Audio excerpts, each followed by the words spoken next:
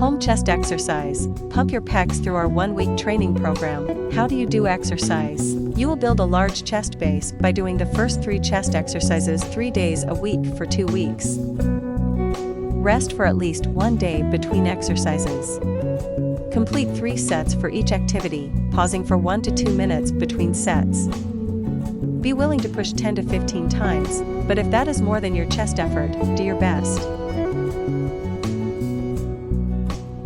1. Number. Wide pressure. By accident or by design, you would have done this before. To do this, simply do a gentle push, but keep your hands wider than the shoulder width apart. 2. Number. Alternating shuffle press up. Start in the old press area. Move your right hand to the left until both hands are close together. Slide your left hand to the left until your hands are shoulder width apart again. Press up and repeat to the right. That's 2 pressures, but only. 3. Number. Diamond press up.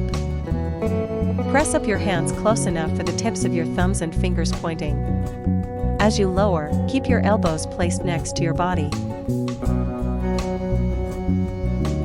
Thank you for watching and subscribe my channel.